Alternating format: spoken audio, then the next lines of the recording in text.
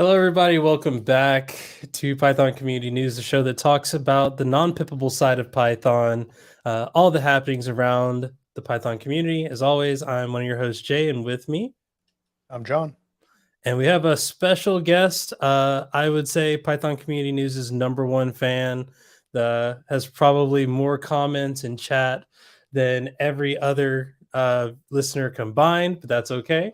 Shout out to everybody listening now, watching live, also that might be watching this later on.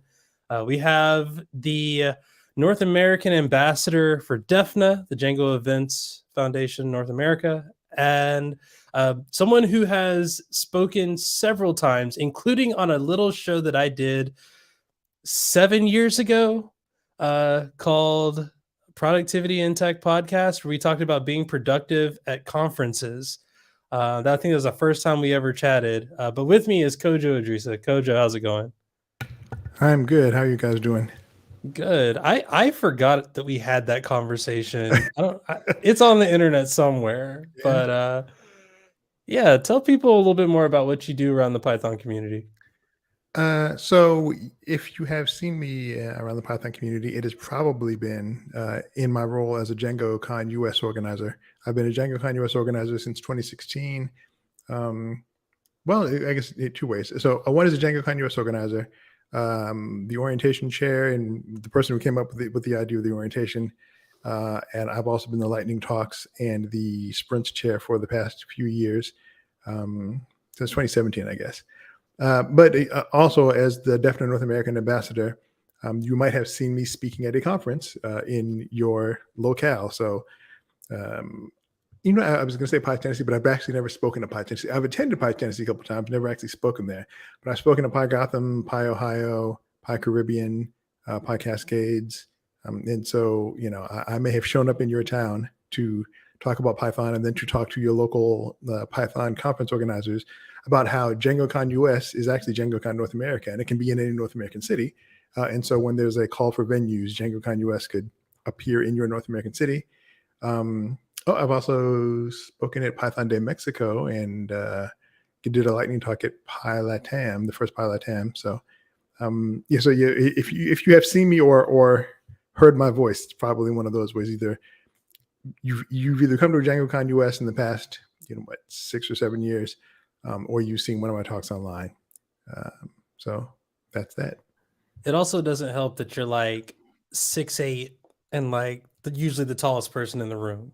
You're not quite that tall, 6'5", but still usually one of the bigger people around. Yes, that is true. You go to a conference and look up and like Kojo's towering over someone with a smile. Like that's always a nice thing. I actually heard from a mutual friend and conference organizer Jeff Triplett that the DjangoCon new user orientation, kind of that new orientation for first time attendees, that whole thing kind of came out of you, and it's nice to see that's expanded beyond DjangoCon. Now PyCon does this. Now other conferences do like hey, if this is your first time going to a conference, here's some of the things that you can expect. What led to kind of wanting to do something like that? So that came out of, interestingly enough, my first DjangoCon, which is 2015 in Austin, but I also spoke there. And so in talking to the organizers sort of afterwards, I think some of the feedback that they got from people was there were some people who just sort of felt lost, like in the sort of sea of strangers. And for me, that wasn't an issue because this was DjangoCon US 2015. It was in Austin on the UT campus, and like there's like a AT&T like business center in a hotel on that campus. So I used to live in Austin, and I live in Houston, which is like 2.5 hours away. So I just drove down. I used to live in Austin. I've been on that campus. I've been in that venue for a tech event before. And so, so there are a lot of different ways people can sort of feel uncomfortable surrounded by strangers. Software developers, a lot of us are introverted. And so you get surrounded by a bunch of strangers and it can sort of freak you out, especially for Texans living in Texas. Texas, in general, a low density state. I'm from Washington, D.C. originally. I've lived in East Asia. I'm accustomed to high density situations being surrounded by strangers. And so the thinking was, there were all these things that kept me from feeling lost and sort of out of sorts when surrounded by strangers. You know, I knew the city, I knew the venue. I'm accustomed to those high density situations, that sort of thing. So the thinking was, how can what can I do, or how can we sort of transfer some of this comfort I have to other conference attendees? How, because like I said, I was familiar with the situation, so I was in fact not disoriented at all. How can we help orient other people? How can we, how can I absorb some of that that discomfort? And so that's where the orientation, that's where the idea for the orientation came from, and it's just sort of expanded. I think the first year we did it was in 2016, and I was surprised by how big the turnout was. I can't remember. John, did you come to DjangoCon US in 2016? I did not. I actually haven't been to an in-person DjangoCon, unfortunately. Yeah. So, because I remember 2016, I think it was like the year that like the weekend, like we were starting at just as PyGotham. Yeah, we had an overlap between two conferences that year. Yeah, and in a case like that, like from New York to Philadelphia, I know like some people just came down, afterwards, and that works out well. So the reason I asked was because when we did it the first time in 2016, I was not expecting a large turnout, and so part of my plan was, sort of tell folks some stuff, and then that particular year the venue was a little confusing. It was in the Wharton Business School, so my plan, I'm thinking, okay, there'll be like 10 or 15 people who show up, and I'll just walk people around, to the main rooms and just sort of show them stuff. But then like the room that we were in, I think like sat 60 people, and it was like full and standing room only. So I'm like, okay, well, that's not going to work. I can't just, I'm not going to just lead a tour. And so, fortunately there was a computer there, and there was, a map. So I was able to point some stuff out. But that's the basic idea behind the orientation. And it's refined and grown over time. Again, I'm helping to lead the new attendee orientation at PyCon US this year, and I helped with it last year. But a big part of it, as sort of as non-technical, sort of woo-woo as it sounds, is that you get a bunch of software developers who tend to be more introverted in a space with in DjangoCon's case hundreds of other people, but in PyCon US's case thousands of other people, thousands of other strangers, and it might start to freak people out. And so it's important to let them know that that's okay. Like it's not a weird feeling. And then to try to, help provide some guidance, some basic information as far as how to be less disoriented in this space. So I think that's one of the fundamental things. Like I can't necessarily keep you from being freaked out by being surrounded by strangers, but I can help you not be freaked out and lost. And not confused about where to go. But then there is also an added component of looking at it from the standpoint of like, if you're as we have all attended these conferences, the demographic tends to be relatively young, single cis hetero white men. That makes up the large bulk of conference goers, and many of them are freaked out and uncomfortable in these situations. And so imagine now if you are a person of color, or if you are someone from the LGBTQ community, and you are already sort of wondering, like you look around and you think like, okay, am I in the right place? Because a lot of these people don't look like me. And so you have all those same concerns that, that the larger portion of the demographic has, in addition to the concerns around your concerns around your ethnicity, your sexual orientation, or gender identity, and just sort of trying to address those things and let people know that even if you look around and you don't think, you don't see many other people that look like you, you are still enthusiastically and emphatically welcome in this space. And it's important to sort of to make that known and clear. So I think that's something that all of the Python conferences that I've attended, I've been attending them only the last 3 or 4 years, have really worked to do more of, including, and I think a lot of that does start at that orientation. And I think one of the things that I've noticed in several of them is code of conduct. who to talk to, who to find when something does happen, if something happens. Usually things don't happen. I think that's the nice thing, when we get these post recaps from like DjangoCon, you have a few hundred people in like one code of conduct violation. Like, okay, those are good numbers. But that tends to have the side effect of when something does happen, people don't know what to do. So that safety extends by including, hey, you're welcome, you're invited, we want you to feel included. And if for some reason something was to happen that you don't feel included or that you feel particularly excluded, here are the things that you can do to make sure that you are we can rectify that. We can find a remedy or a solution for that, including enforcing our code of conduct as a thing. Yep. And so in the orientation, at least like it was DjangoCon US, I will often mention the code of conduct. There is a sort of a more standard welcome that comes usually after the orientation. And so I will often like leave some of those more specific logistical details to the folks in the welcome. But I will often make mention of the code of conduct as well. And what I've been saying in recent years is sort of reminding people there is sometimes, and I guess I'll just be contentious. There is sometimes some contention or concern about a code of conduct, and is it restricting someone, and or what have you, or is it designed to get people in trouble? And really, the focus, the way I've tried to explain it to people, is that a lot of the focus of the code of conduct is to let everyone at the conference, in speaking about technical conference of DjangoCon and PyCon US, let them focus on what you're there for, what we're there for, like to become better software engineers, to learn more about Python or Django or what have you. And if you're sort of unclear about, well, how do I interact with this person? How do I interact with that person? The code of conduct is there to provide you with some guidance in those areas, so that you can then focus on the business of becoming a better software engineer, or meeting new people, finding new job opportunities, finding new people to hire, that sort of thing, instead of having to try to sort of sort it all out on your own. So let's turn to PyCon. PyCon is happening. It is 13 days away. I think the first labs are on the 19th. Obviously, if this is your first time going to PyCon, congratulations. I hope you have a good time.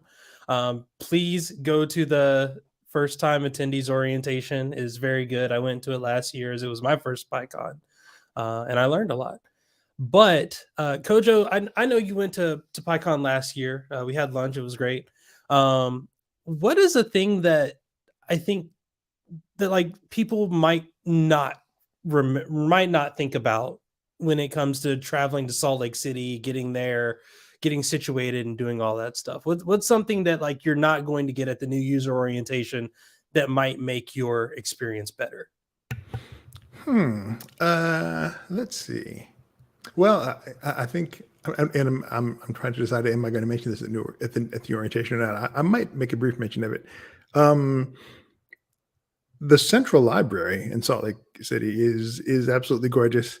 And let's see, so Salt Lake City downtown, there's a light rail system that goes through Salt Lake City, and it has there's a free zone sort of like in the center, like in the downtown area. So you can get on the trains and ride for free. And the library, the Salt Lake Central Library is like right at the end of that free zone, and so you can ride over there for free. One of the things I mentioned in the orientation is if you're starting to freak out, because there are too many people, feel free to step outside and breathe and relax. But if you just want sort of a little bit of time away from all the people, get on the train for free and go over to the library, and it is absolutely gorgeous. It is almost a disservice to try to describe it verbally.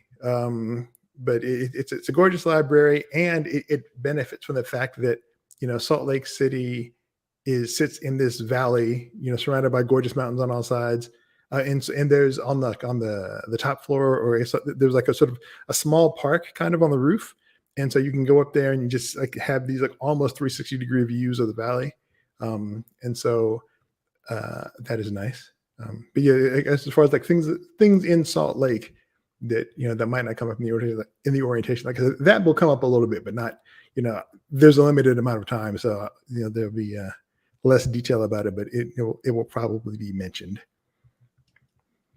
To take a quick step back, what in general are you going to cover for the orientation? So if people are attending for the first time, they're going to go to the orientation. What can they expect to learn about there? Really quick before I forget, my tip was bring chapstick. The air is dry there, and if you're not in an area that's void of humidity, your lips will be chapped, your skin will be chapped. Chapstick, lotion, bring that. Okay, go ahead, Kojo. Go ahead.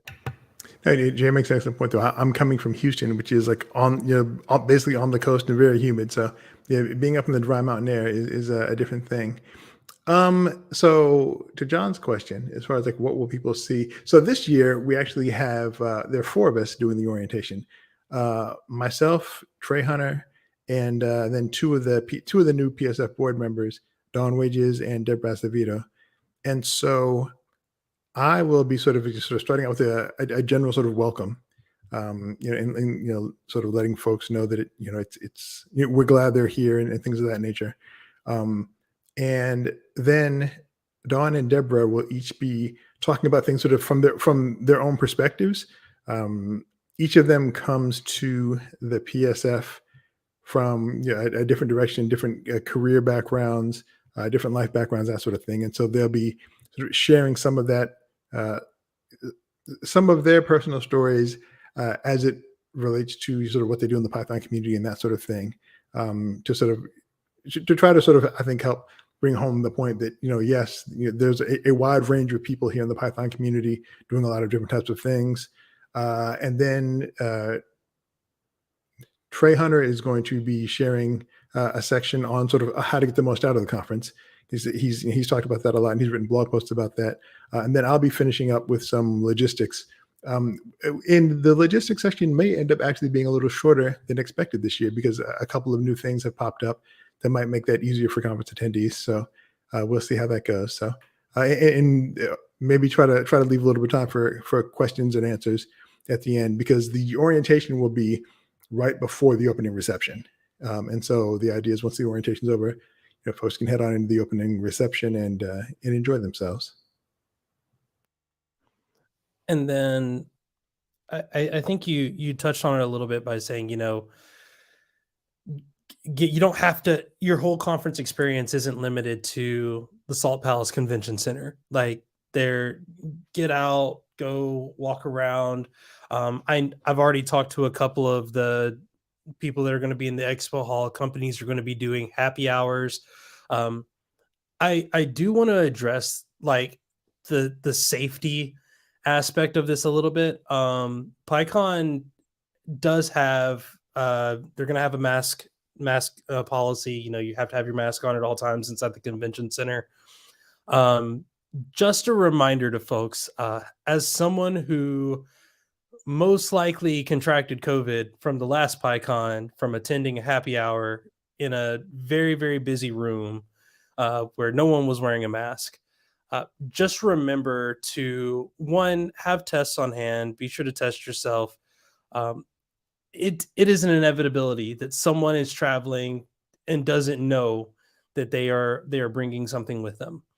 And if you're going to go do these things and have fun, that is perfectly fine. You are within your rights to do so. Just try to make sure you're being safe about it if you can. I plan on testing, maybe not every day that I'm there, but I'm going to probably test at least every other day that I'm there just to make sure that I'm good. I've got a lot of responsibilities of stuff. Funny enough, Mario's in the chat that says, I walked in and walked out of that event, saw it, was like, nope, he made the right decision. I did not. So yeah,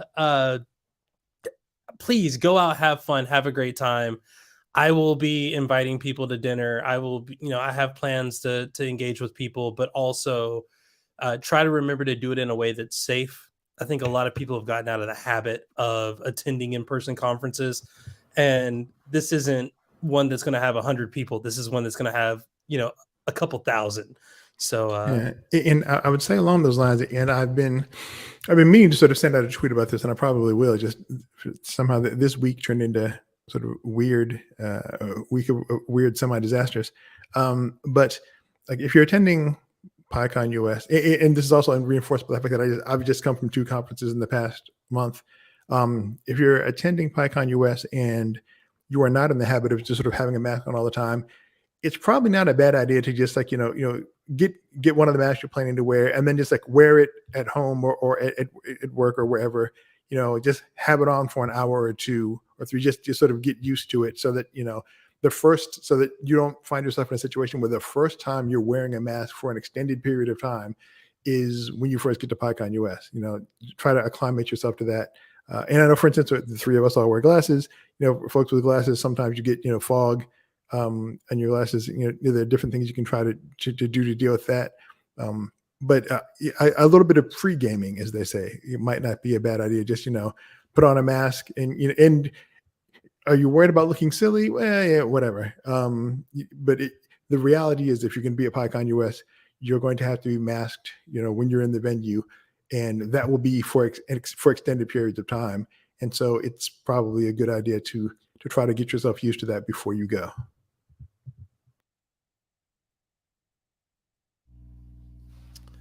I had another question, but John, did you have a? I'll go for it. Let's talk a little bit about during the conference. Obviously you're going to have the expo hall, you're going to have talks, you're going to have open spaces, a lot of these things. I don't want you to share everything that you're going to share at the orientation, because I feel like there's no reason to do that. But how do you balance the energy for a 3-day event when there's so many things to do and a lot of decisions that got to be made? How do you personally handle that? So I think, and honestly, this is something that I usually mention in the orientations, is it starts with deciding why you're there. Like why did you specifically decide to attend PyCon this year? And for everyone, lots of people, the answer will be different. For some people, it's because you're looking for a job, or because you're looking to hire someone, or because you're just looking to learn new stuff, or maybe you're looking to expand your personal network.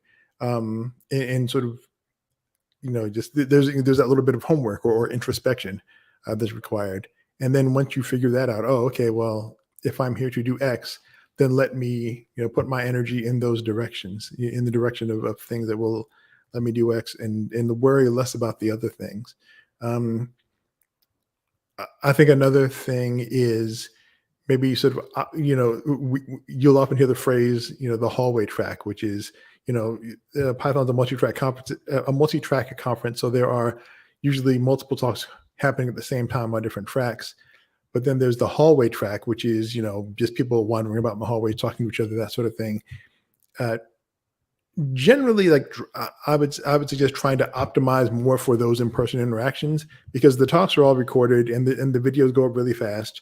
But meeting someone who maybe lives in a different city or on a different continent, but does work similar to the work that you do, or does work in an area that you're interested in working in, or maybe just is from your hometown. Like maybe you live in the U.S. now, but you're from Portugal, or you're from Botswana, and you meet someone who's from that area or from that region.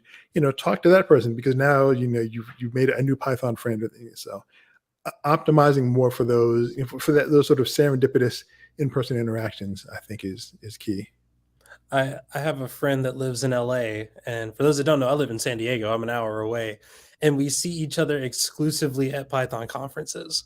And I mean, life happens. So even if they live in the the city next to you, like it may be a time just to catch up with that person.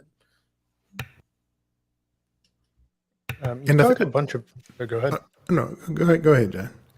I was going to kind of shift gears. So, well, so I think on a related note, there's also the idea of maybe talking to people in other cities, just to kind of see, okay, like if you are considering a move or considering a job change or something, it's like, okay, well, what sort of Python opportunities are there in city X or city Y? Especially if it's a city that you're thinking you'd like to go to, or something like that. So like, there are good opportunities to just to have those conversations with folks, whether it be at lunch or in an open space or something like that. So you've mentioned a bunch of the stuff that in-person attendees can expect. What about those attending online? So that honestly, it's a little tougher for me to say because I have had more limited exposure to the online versions of the conference. And I'm not sure what the platform is that's being used this year. But I think it's Hublio. I think is what I've heard. I guess for the disclosure, I work for Microsoft for sponsoring PyCon. There's some we get a little bit of insight to that information, but I think it's Hublio. Last time I checked, There'll be invitations and such that go out from PyCon to all the online that's true. attendees before the event starts. And so I would say that because I've like I said, I haven't attended PyCon online. I guess it may be in 2021. But I've attended a few other conferences online, and so I would say that there are benefits and then there are challenges to attending a conference online.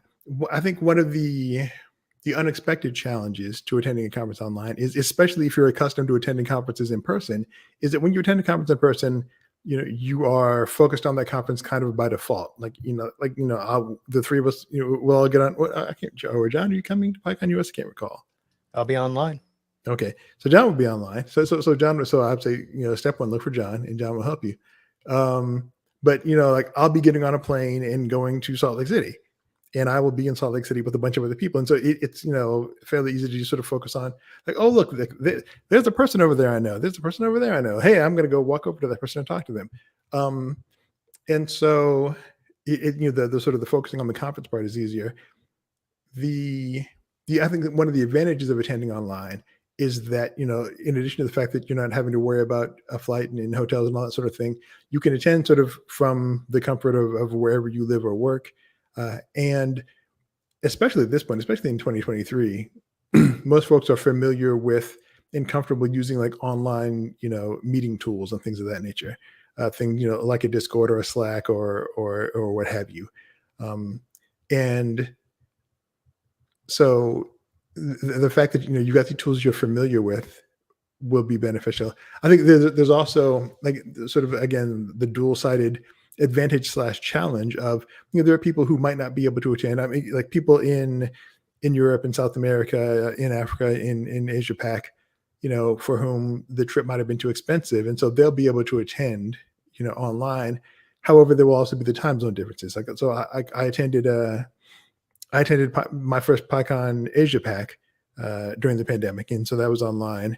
And it helped that that I knew a couple of the organizers, but it's just a matter of sort of learning this new, learning whatever the new online interaction software is, or whatever the different venues of interaction are, and just learning those and learning to make the most out of those.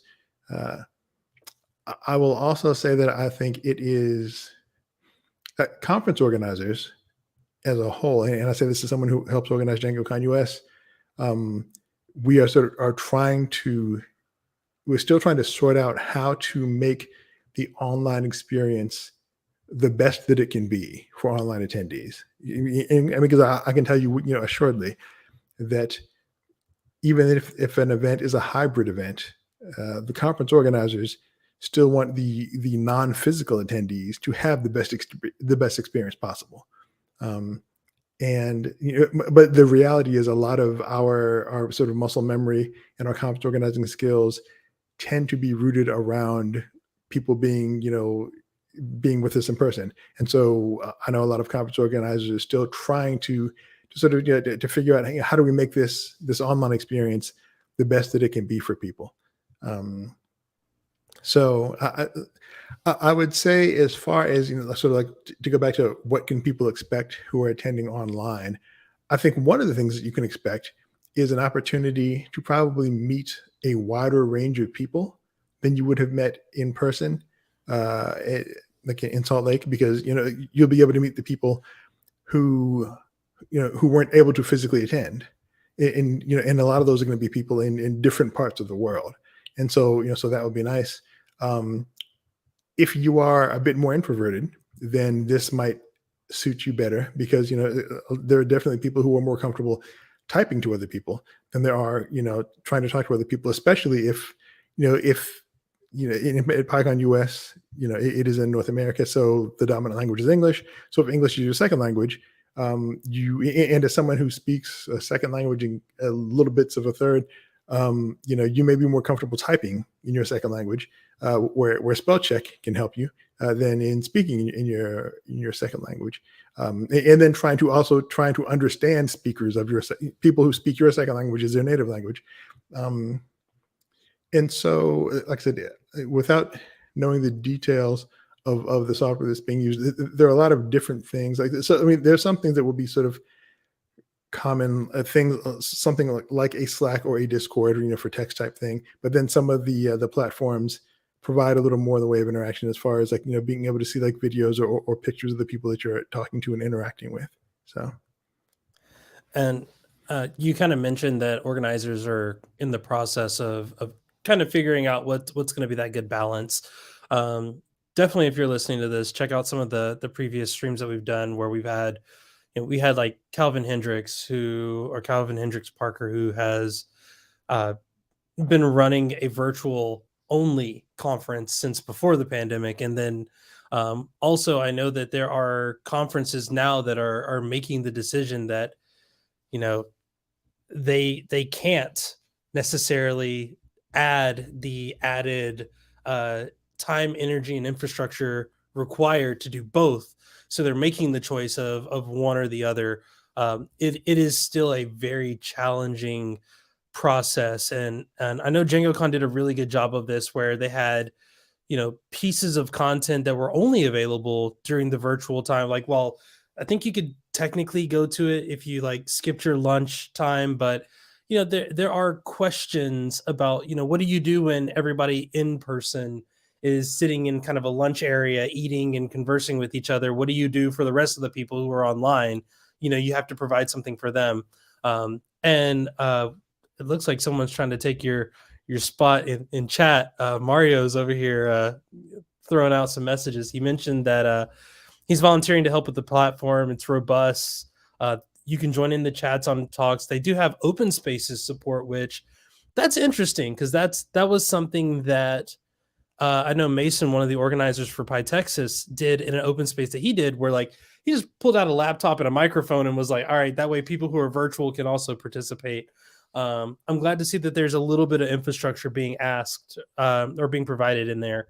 And then he also mentioned that there's a lounge area that anyone can come and go and join, have video conversations and chat as well. And then there are even like private chat rooms that you can join while you're there. So it seems like PyCon this year, this was the first year that they had a virtual conference chair to work alongside of the conference chair to make sure that the experience is going to be something that isn't kind of an afterthought, which is maybe a little bit of what we saw when people first started getting back into conferences, was like, oh, we got to do this like Discord thing or the Zoom thing because we didn't think about it. And it seems like PyCon is actually putting a little bit of effort into having dedicated people to be thinking about some of these things.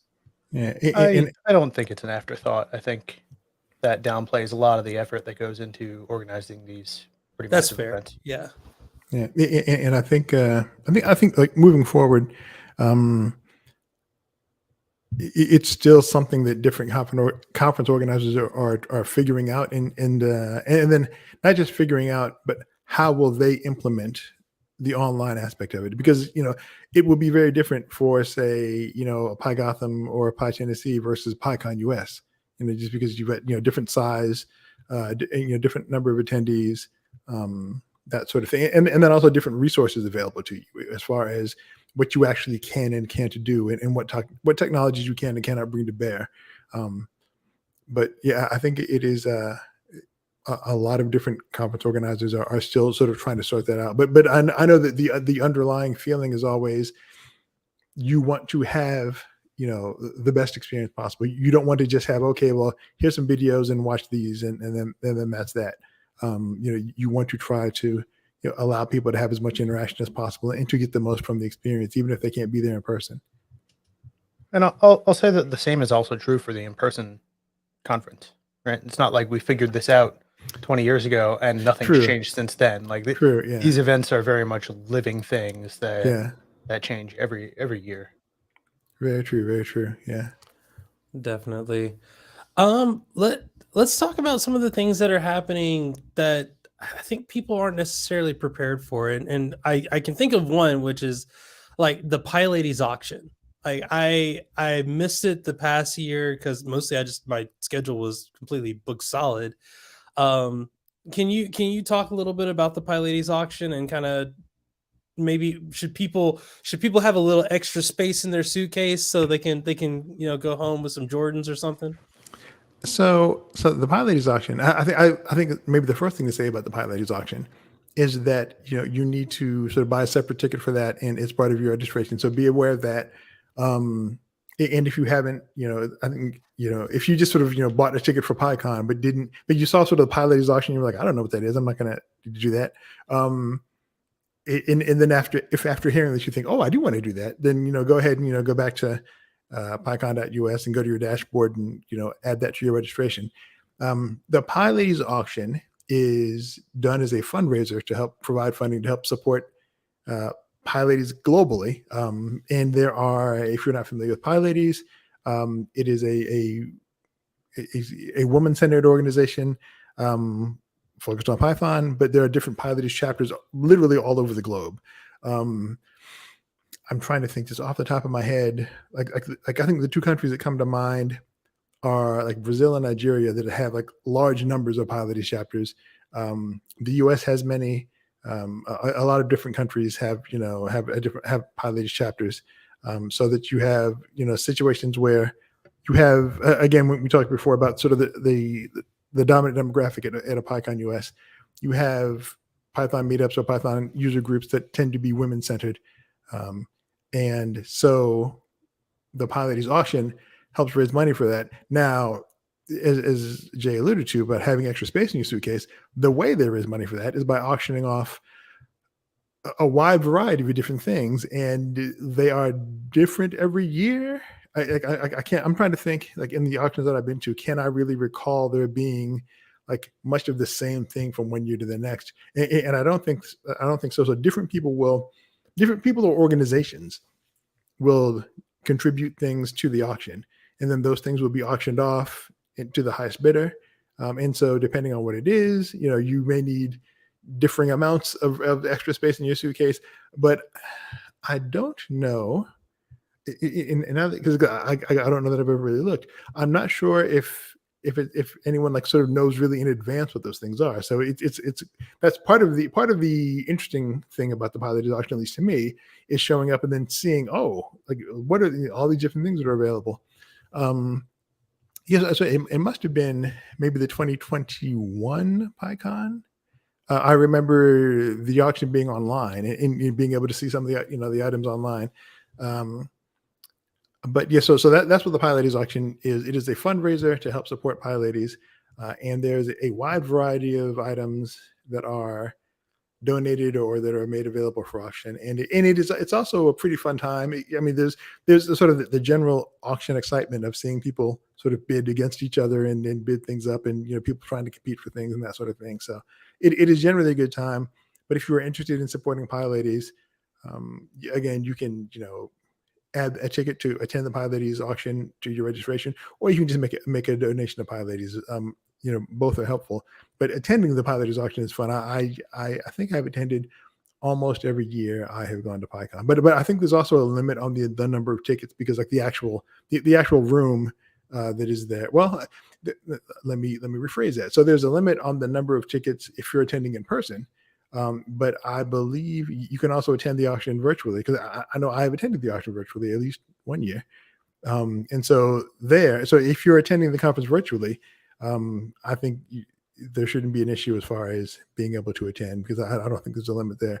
But so the auction, it's not just an auction. It's an auction / dinner. And so that's why there's a limited number of tickets, because there is a room where people are gathered and they are served dinner, and so so you're paying for that and paying for dinner, and then to attend the auction. So if you're going to be attending PyCon US in person, there's a limited number of seats available for the PyLadies auction. Unfortunately, I don't think they have a public link. I was trying to find a link really quick, and then I realized I hadn't purchased a ticket to the PyLadies auction yet, so I fixed that really quick.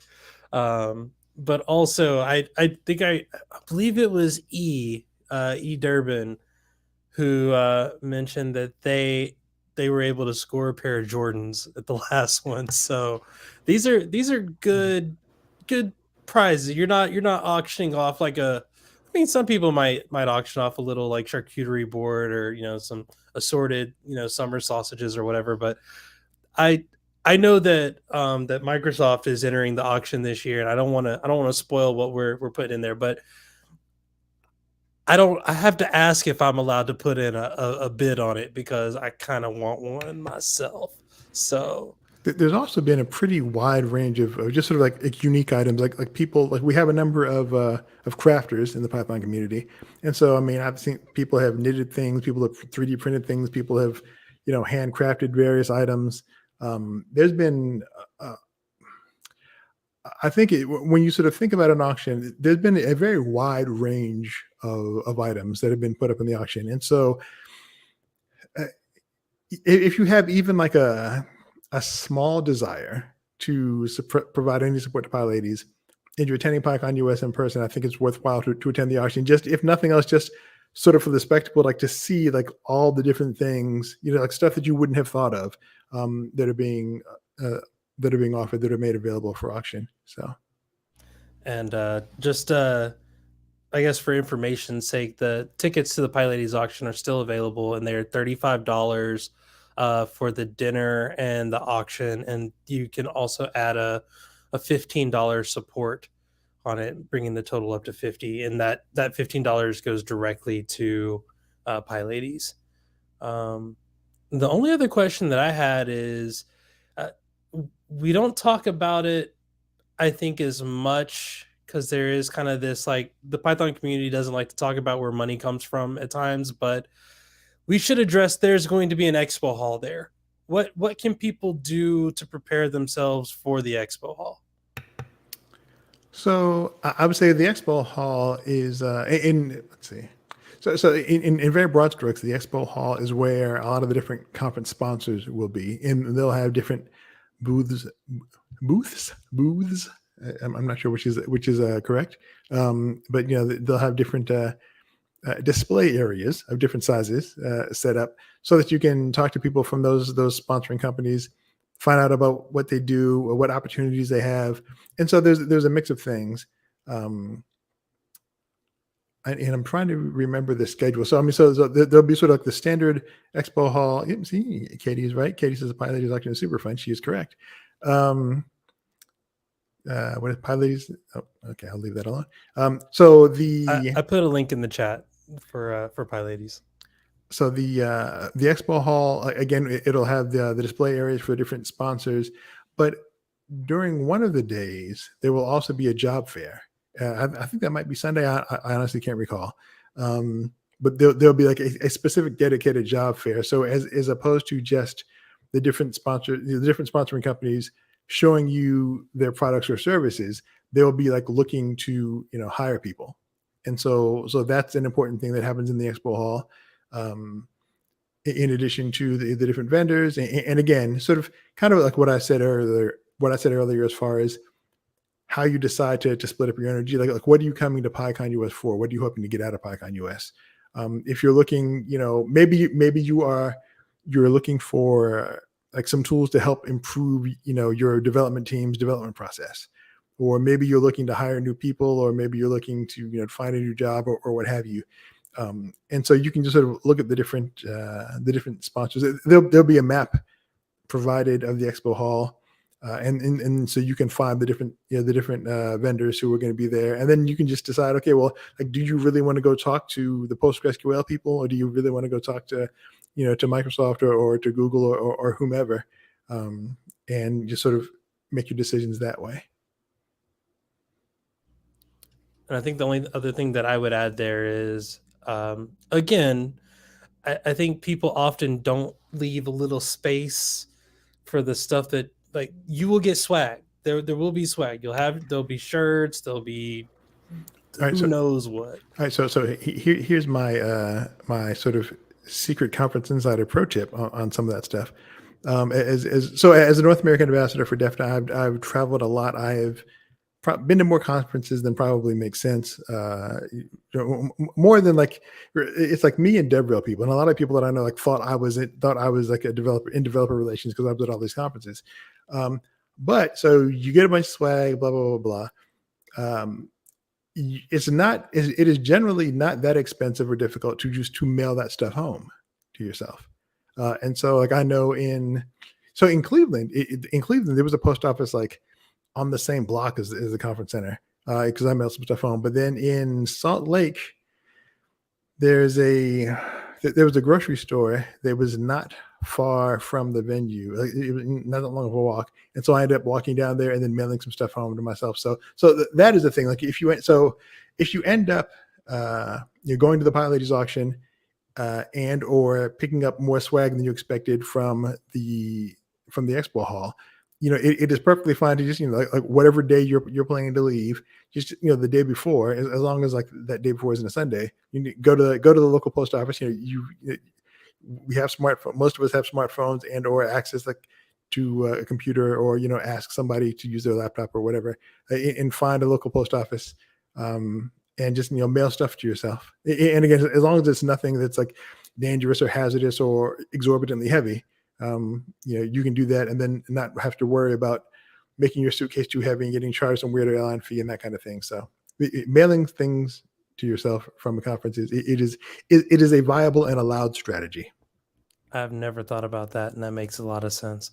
We have a question in the chat on my Twitch channel from Narnia Expert that says, "Does PyCon cover anything other than Python? And how do you find these things?" Well, so the short answer is yes, it does.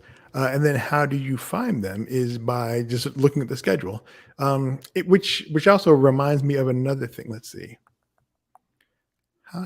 So PyCon US is, and this is I think something that people aren't always aware of. People focus on the talks, which are Friday, Saturday, and Sunday. But the reality is that PyCon US starts on a Wednesday and it ends on the Thursday of the next week. So it is, so Wednesday, the first Wednesday and Thursday are tutorials and sponsor workshops.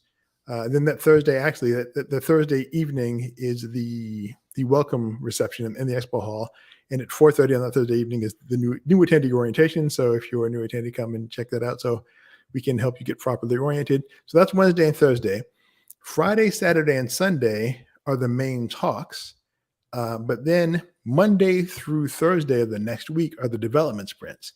And so there are people, working on a number of different open source projects, the core Python language, and a lot of other related projects in the Python ecosystem. Now, let's see. Wednesday, maybe Thursday and Friday, I can't recall exactly. There are also a number of different summits that go on. So if you go to the PyCon website and click on, I think on events, there are a number of different summits. There's like a language summit where people are focusing on the core language itself. There's a maintainer summit that I'm going to be attending this year, just to I'm trying to learn more about how to better, as the development sprints chair for Django Con US, I'm trying to learn more about how to better support the people who maintain the various bits of open source software that we use. So there's a maintainer summit.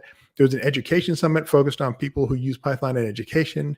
And there's probably one or two other summits that the packaging summit. The packaging summit. Yeah. So there are a lot of other things happening at PyCon over that, more than a week than just the talks themselves. But back to Narnia Expert's specific question about does PyCon cover anything other than Python? yes, and the specifics will sort of vary from year to year. But there's almost always, there are things, there's definitely a lot of Python at PyCon, but there are other things that are included too. So I'd invite you to then take a look at the link that Jay put and take a look at the schedule and see what things are there. So if you're thinking about attending, are there things? The question is, are there going to be non-Python things there that are of value to you, such that you would want to attend? And that's a question that I can't answer. Although I do want to point out one other thing that I think often gets overlooked. So we have had, I believe, since 2018, I believe 2019, we have the PyCon chartlist. The chartlist is the Spanish word for talks. So there have been talks in PyCon at PyCon US in Spanish. So there's been usually one day of one track of 1 day of talks in Spanish. This year, the chartlers are going to be 2 days. And so Friday and Saturday, I believe. And so that is another thing that I think is often overlooked because, again, it's PyCon US, but it's really PyCon North America. I mean, because PyCon US was in Montreal in 2014, 2015, I believe. And that is literally not the US. It's a whole different country. They call it Canada. Or really they call Quebec. That French Canada. Yeah, but it's Quebec, which is really its own. I was in Montreal once, and there's the National Library of Quebec, and I'm like, oh, okay, so this is how you all do it. All right. So PyCon US will have 2 days of talks in Spanish in the PyCon chartlist. So if that's something that is of interest to you, that's also something to look out for. I think you could also add with that the open spaces are another opportunity for that as well. Occasionally you can find, I think there was a yoga session that happened in an open space, which, I mean, if that's what you want to do, that's what you want to do. I love doing yoga. I sweat a lot when I do yoga, and I don't want to be walking around the conference hall in that level of funk, which maybe another tip would be, if you are in a hotel that is near the conference hall, go to your hotel room, take breaks, take frequent breaks. That is a thing. And also the venue has a quiet room as well. So there's a dedicated quiet room. I remember seeing it last year and thinking it's ooh, this is fancy. It was very, very well decorated and very nice looking. But yeah, so the idea of taking breaks is important. I think a lot of people will come to PyCon US and feel especially since it can be a big commitment of time and or financial resources, or if your company's paying for it or whatever, they feel they sort of have to be in every talk, but that might not be the best way to get value. So taking breaks is important. I wanted to circle back to the open spaces though, because that's another one of those things that's not always obvious. Sort of the idea of what is an open space. And so when you get to PyCon US, there will be somewhere set up a board where with sort of times on it, so that people can create these sort of small meeting groups of their own around different topics. And so like Jay pointed out, I don't know that I've seen the yoga one, but I've definitely seen a fiber arts open space. I've attended that one. So again, I know there are a lot of people in the Python community who are knitters and sewers and things of that nature. So there definitely been open spaces about that. Open spaces about for those of us who help organize conferences. There have been conference organizer open spaces. The folks from Circuit Python will often have an open space to teach people sort of that kind of stuff. And so there are a lot of different things. And so the trick with the open spaces is those aren't on the online calendar. So you have to actually go and look at that open spaces board and see what's there. But you can also propose an open space yourself if you want to propose one. I've seen open spaces, LGBTQ focused open spaces, all sorts of things. And so that's another aspect of the conference that might not be as obvious, or it might not be as obvious how you can interact with it. But that's definitely a valuable thing that you can take part in at PyCon US. I'm sad I'm not going to be leading an open space this year. I've got way too many things happening work-wise, but open spaces are my favorite part of the conference. I think open spaces in the expo hall, because just with my job, I get to see a lot of my friends working at the expo hall, so it's kind of a good catch up. But Open spaces, when he says check the board, what you will see is probably a giant wall with like some poster board or craft paper or something, and then from there a bunch of sticky notes. And you will grab a sticky note if you have a topic that you want to do open space on, and find an empty spot and just stick it to the wall. So you want to be able to go in and check. And I know they usually do a really good job of making sure that you can come through and see, like there might be a URL or something that you can go to where you can see updated versions of the open space schedule. But definitely if they're doing something virtual with it, I really hope that that they're going to do a lot in the open space area, because I think there's just so much that you can do when there is kind of no set topic. I think if I recall, I think Mario or someone put like I think one of the comments that showed up from chat, I think said something about there being open spaces in the online platform. So yeah, I think those are two separate spaces. Oh, so there might be like virtual open spaces and like the in-person ones as well. Okay. There was, I think last year, back to what Jay was saying about being able to see things online. I think last year they started taking pictures of the open space board and then putting those pictures someplace online so that people could sort of see them over time. And on the expert, yes, there is a charge to attend virtually. I cannot recall what it is, but if you go to PyCon.us, go to the main PyCon website, it will. Yeah, virtual ticket is $100.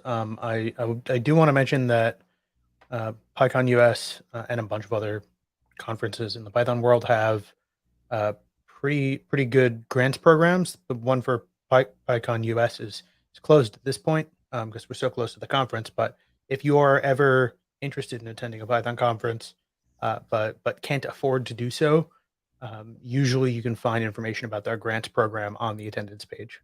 Yeah. And, Kojo, we have you here. I feel like it would be a shame if we didn't do. I got one more thing that I want us to do, which is kind of what's the one last tip that you would give people for PyCon. But before we do that, the overall space that is Python conferences, tech conferences in general, what is something that you would give advice wise that maybe extends beyond attending a Python conference? So advice around just maybe getting the most. I know you've mentioned a couple of times, like, why are you there? What do you want to do when you're there? But like, I feel like there's like, for me, my one tip is always take a break. If you feel like you're getting overwhelmed, go outside, get some fresh air. Nobody's going to think anything weird of you if if you're like, hey, I'm peopled out for right now. I think that's perfectly fine. But yeah. I mean, and so I think I would say sort of two things. Like, one, for people who are maybe like planning to attend PyCon US because it's in a few weeks, but also for people who are who are considering attending a tech conference in person in the future. Jay's point as far as taking your break or sort of knowing yourself and sort of managing your energy is important, because if you attend a conference and you sort of freak yourself out by doing it, then you can't really get as much as you could out of the conference because you're too busy freaking out. So again, it is fine to take breaks. It's fine to to sort of step away from the crowd, step out, even if you just step outside of the venue. We'll almost definitely be coming into the east entrance, just stepping out of that entrance and just standing outside for a few minutes and just breathing. I think there's also, I didn't find it last year, but I think I'll look for it this year. There's a Japanese garden, so I think inside the Salt Palace, and so that might be a nice place to go. But and again, there's also a quiet room. So I think for people who are attending PyCon US and sort of in the now, in the short term, that's something to keep in mind. But going forward, just on the larger idea of attending tech conferences in general, whatever your chosen tech stack is, take a look at the different regional conferences that exist and try to attend some of those. I know in my prior career, I was an accountant. Like there was nothing like this. There was no accounting Gotham and accounting Caribbean and accounting Texas. Like we used to have that stuff. So take a look at the different regional conferences that exist for your chosen tech stack, and then maybe try to attend some of those, like, sort of for the quote unquote standard reasons, that a person would attend a tech conference, trying to find a job or meet new people, whatever. But also, they're not bad opportunities, like to travel and to see different places and to maybe to consider different places to live and things of that nature. As software developers, it's easier for us to work remotely just because of the nature of the job. But now in 2023, it is easier for a lot more people to work remotely because a lot of folks were forced to do it for a couple of years. And so, if you, especially like if you're someone who, whether you're a single person or if you're someone who has a spouse and or a family, if you and or your partner or your family or whomever have considered maybe moving to a different place for whatever reason, if there is a tech conference in that place, then maybe go to the tech conference and then use that as an opportunity to sort of see, okay, do we like this place? What's this place like? So do a little bit of on the ground exploration. You can also, use it as a way to visit families. Like I was just at Cascades about a month ago. Part of the reason I was there, I didn't speak this year. I spoke at the first Cascades in Vancouver, but I went this year to attend to see friends. But also, one of my nephews moved to Vancouver about a year ago, and he's from Japan, so I don't get to see him very often. And so he was in Vancouver, and I'm like, okay, I'll go and I'll see my nephew and also attend this conference. And so, those are, I think, beneficial things that can come from attending a conference. You can, go into the tech stuff, but you can also get a chance to see a different city, see someplace that you might want to move or, relocate. And I think along those same lines, if you're going to maybe take your family somewhere, I know that it hasn't happened as much with the regional conferences, but like PyCon US and DjangoCon US, like the larger national conferences, national/continental conferences, have been offering childcare over the past few years. And so if you are someone who has a family, don't think, oh, well, I can't attend this conference because, I have kids. Well, you have more conferences that are offering childcare now. And so, if there's a conference that you're thinking that you might like to go to, look through their page, look through the conference page and see if they offer childcare. And even if you don't see it offered, there's some sort of like an info or hello email address, and just, send it, pop them an email. So for instance, we just had someone talk about Vancouver. There are a number of different, nice cities. If there's a conference in a city that you'd like to go to, maybe whether it's because, maybe you and or your partner or your family are considering moving there, maybe go to that conference and email them and ask, oh, hey, do you all offer, any sort of childcare or what have you? But conferences are becoming more and more family friendly. And even if that conference doesn't offer childcare, if you have a partner and children, talk to your partner and consider the idea of just maybe bringing the whole family. Like, and I've seen people do this in a variety of different ways. I just did that. Well, like Jacinda Shelley, her daughter Ada has been, I think at every PyCon, like since Jacinda was pregnant with her. And so some of the times, like she will, she's come to PyCons and or Django cons, and sometimes her partner's with her, sometimes, she has like her mother with her, sometimes it's a combination.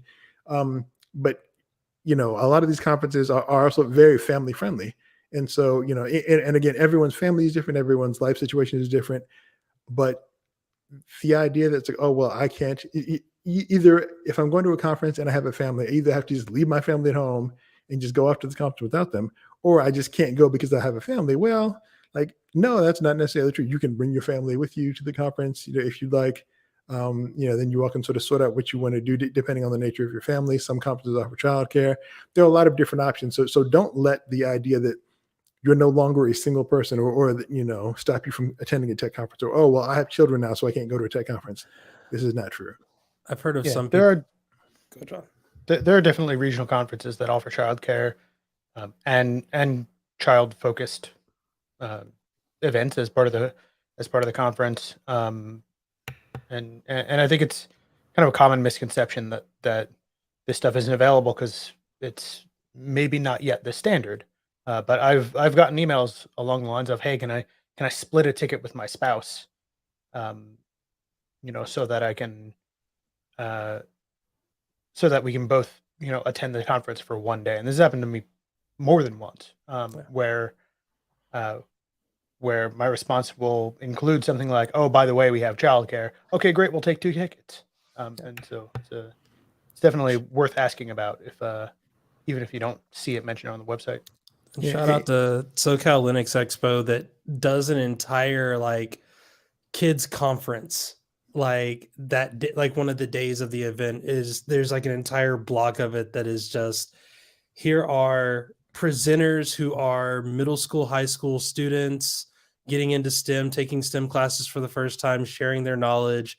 Uh, Honestly, one of my favorite presentation from Scale was from a kid that showed folks how to use Docker and like AWS to like host their own private movie server, which I was like, that's the next generation's in good hands. I'm pretty happy about this. yeah. And John mentioning that just sort of reminded me of the very excellent Pi Ohio, which is an excellent conference, a regional conference in Columbus, Ohio. It is free of charge, or at least it has been historically free of charge. But I know for a long time, maybe not a long time, but as far as I've known, like they have had like a young developers, event again on the first day of the conference. And then also, if you're thinking that if you're someone who might want your kids to go to a college someday, it never hurts to be on the Ohio State University campus, which is where Pi Ohio is held. So yeah, I mean there are a lot of options to attend a conference with your family. It is definitely a doable thing, and it's not weird. I mean, it's a fairly common thing, and it's an acceptable thing. So as far as like advice to people sort of going forward, that would be another thing. Don't think that having a family means it's harder for you to attend a conference, or that you can't come to a conference. You can definitely bring your family to a conference, and the specific implementational details will vary from family to family, but it is very much a thing. And conferences have childcare, or you can sort that out amongst you and your partner and your family, or what have you. So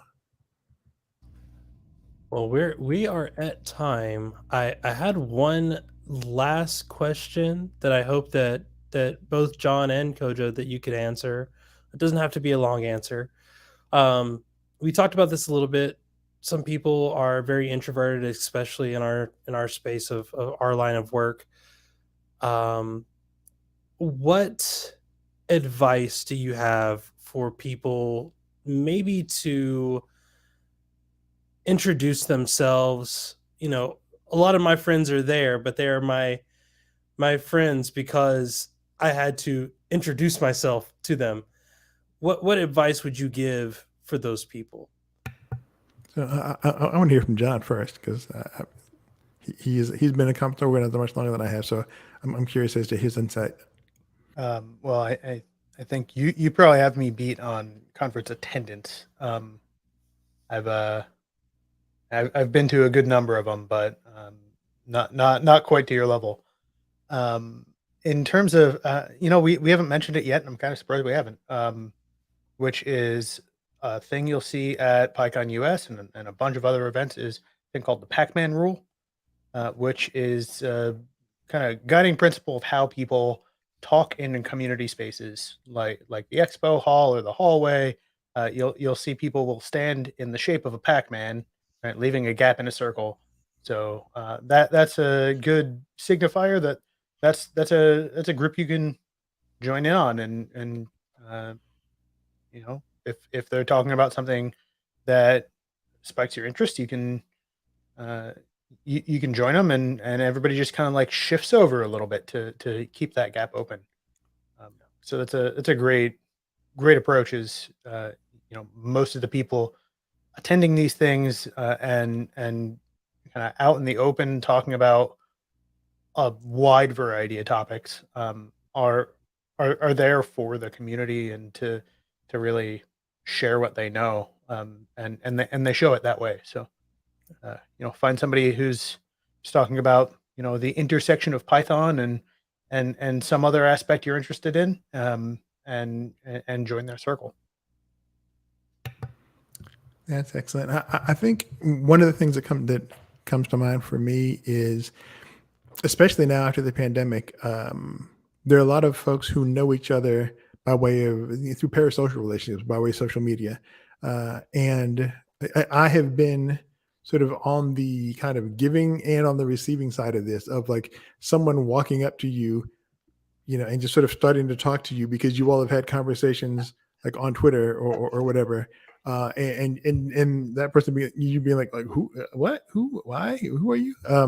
And so that can be a little confusing. So I've talked to a few other people about this, sort of trying to get that sorted out. And so it seems like, if you are meeting someone in person for the first time, like at a conference or an event like this, but you've interacted with this person on Twitter, when you first meet them in person, you sort of lead with that, like, hi, hi, my name is Kojo. My handle on Twitter is also just my full name, but hi, I'm Kojo. My handle is super cool guy. We've talked on Twitter about X or Y or Z, and so just sort of kind of provide some context for the fact that you have had some interactions with this person before you just walk up to them and start talking to them as if as if you all have known each other in real life for a long time. Because and I think this is even more true if your social media avatar is not just like a standard photograph of you.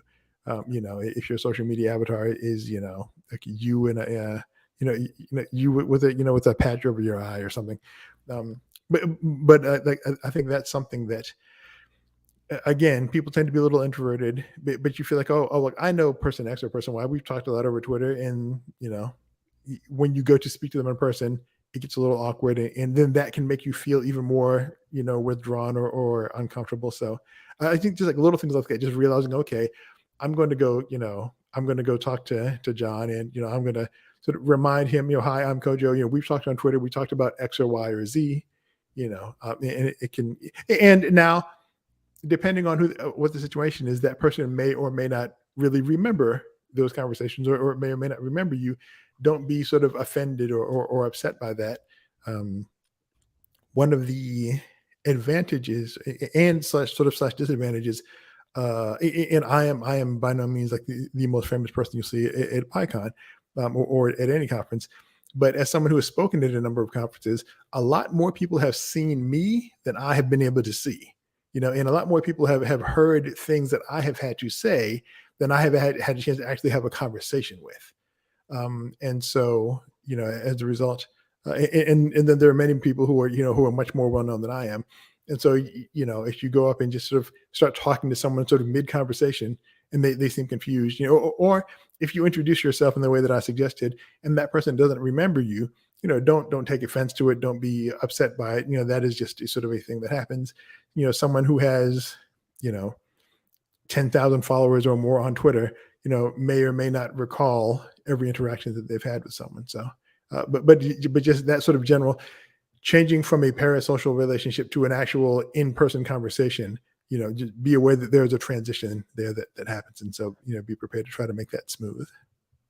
Mario Munoz in the chat also brought up a good one, and I want to highlight him because he did that exact thing to me at PyCon last year, where he just came up to me and was like, "Oh, Jay, nice to meet you," and I was like, "I'm really sorry, but I don't know who you are." And then he mentioned that he was Python by night, and then it like immediately like big fan of all the work that he's been doing and everything else, and like it leading with that like was different. And I actually had that moment happen again in Scale, where I sat next to someone for an hour who knew who I was and said, "I follow you on Twitter," and I felt bad because I had practically ignored them that entire time, and then we wound up getting dinner and they're super awesome. But Mario brought up volunteering is another great way to, you have to communicate with the people that you're helping set up chairs, set up tables, do stuff. Volunteer at the front desk. If you volunteer at the front desk, you will see most of the people that are at the conference, which means that you will be able to see them and ask them how their time is going. You might see whether or not they have some anxieties, maybe walking in. Maybe they had some concerns that they asked you about that you can use as a conversation starter to like, oh, hey, were you able to get that thing figured out? Or were you able to find the person that was there to help you with? I definitely think that volunteering is another great solution. Well, folks, we are past time on this, John. Before we wrap, Jay, you don't get to get off the hook here. What is your last tip for folks going to PyCon US this year?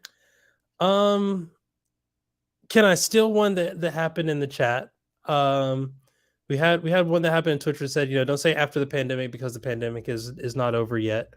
I agree with this sentiment, but also I want people to remember that not everybody is going to be at the same level of comfort.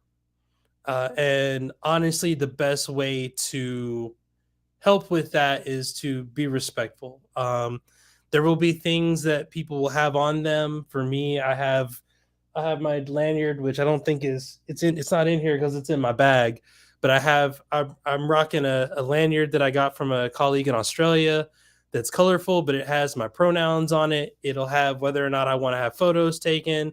And I tell people I'm the most confusing in that I go by it's okay to hug me if I know you. If I don't know you, don't just run up and like pat me on the back or any of those things. I'm just more than happy to fist bump or whatever. We do have a question from James Powell, which James, I believe, is keynoting, right? Given I believe so. That sounds accurate. Welcome to the chat, James. Happy to have you join us.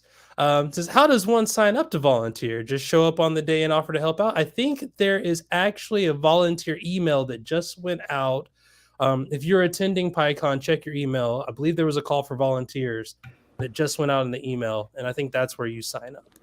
And there's also a link on the website, which I think Jay will highlight in the chat here, or on the screen rather. That shows how you can sign up to volunteer for all sorts of different tasks. Excellent question, James. Well done. Looking forward to your presentation. Yes, and there's the link. You can go there and sign up to be a volunteer. I think that's going to wrap up our Know Before You Go with Kojo to PyCon. I think the next episode is a couple weeks removed from PyCon, so we'll probably have a couple of thoughts after. But we're also coming up on PSF election season, and hopefully we've got some stuff that we can't reveal yet, but we've got some plans that we want to work on and a lot of things. But Kojo, before we let you go, people are going to find you at PyCon, but if they want to get in touch with you before, how can they do so? Currently, the best way is Twitter. My Twitter handle is just Kojo Idrissa, my full name. I still haven't sort of quite sorted out all my Mastodon details as of yet. Because I need to try to get that done between now and PyCon US, I suppose. But for now, yeah, Twitter is the best way. So. And then, John, you're going to be attending PyCon virtually, so can we rely on people to go look you out in Hublio? Yeah, I'll be online, so folks can find me there. Awesome, and of course I'll be there. I'm going to be working, so if you're in the expo hall and you see me, come up and say hi. I'm more than happy to chat for a little bit. Also, we got some pins. I'll share some pins with you. Don't tell my boss, but.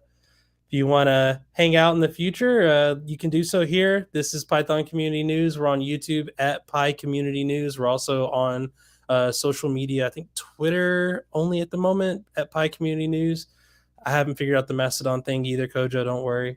But we do these sessions once a month, same time, the first Friday of the month at 3 Pacific, 6 Eastern, and John, am I missing anything? I think that's it for this week. Month.